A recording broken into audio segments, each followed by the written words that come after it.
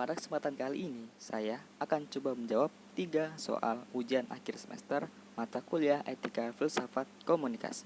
Yang pertama, apa itu etika, apa itu filsafat, dan apa itu filsafat komunikasi? Yang pertama, etika. Etika adalah cabang filsafat yang mempelajari nilai atau kualitas baik dan buruk yang menjadi studi mengenai standar dan penilaian moral. Yang kedua, filsafat. Filsafat adalah studi mengenai ilmu pengetahuan tentang kebijaksanaan untuk mencari dan menemukan kebenaran yang hakiki. Yang ketiga, filsafat. Filsafat Filsafat komunikasi adalah suatu disiplin yang menelaah pemahaman secara lebih mendalam, fundamental, metodologis, sistematis, analisis, kritis, dan komprehensif dalam proses komunikasi.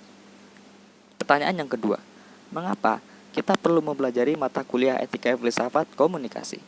Karena dengan belajar etika filsafat dan komunikasi, kita dapat menemukan teknik komunikasi yang baik dan benar, sehingga komunikasi yang dilakukan dapat berjalan efektif.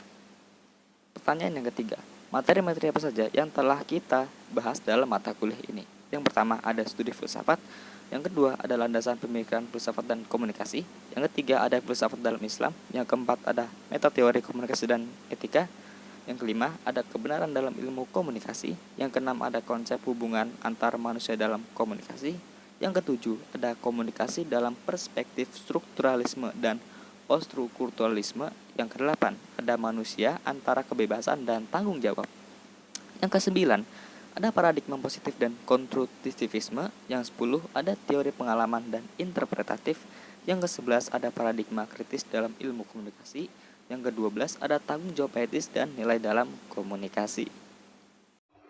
Indikator yang harus dimiliki oleh mahasiswa setelah mempelajari mata kuliah ini. Mahasiswa mampu memahami etika dan filsafat komunikasi.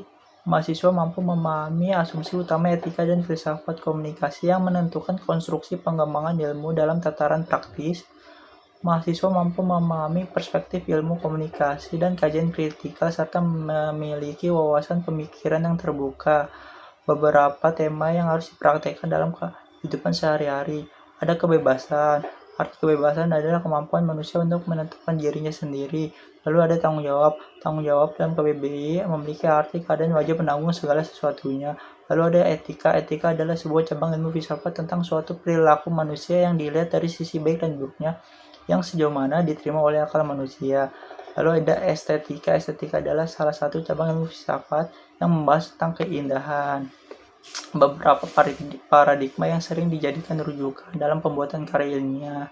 Di antaranya, paradigma positivisme merupakan aliran filsafat yang bersumber dari pemikiran Auguste Comte dan berpendapat bahwa metode ilmiah adalah satu-satunya cara membangun kebenaran dan realitas objektif, dan pada akhirnya melahirkan pendekatan kuantitatif.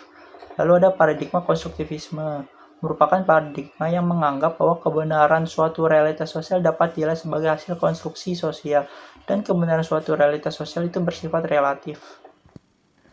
Selanjutnya yaitu bagaimana caranya kita memahami kebebasan dan tanggung jawab dalam komunikasi. Kebebasan dalam komunikasi berarti kemampuan manusia untuk berkomunikasi sesuai kehendaknya masing-masing. Kebebasan dalam komunikasi juga menimbulkan konsekuensi, yaitu berupa tanggung jawab.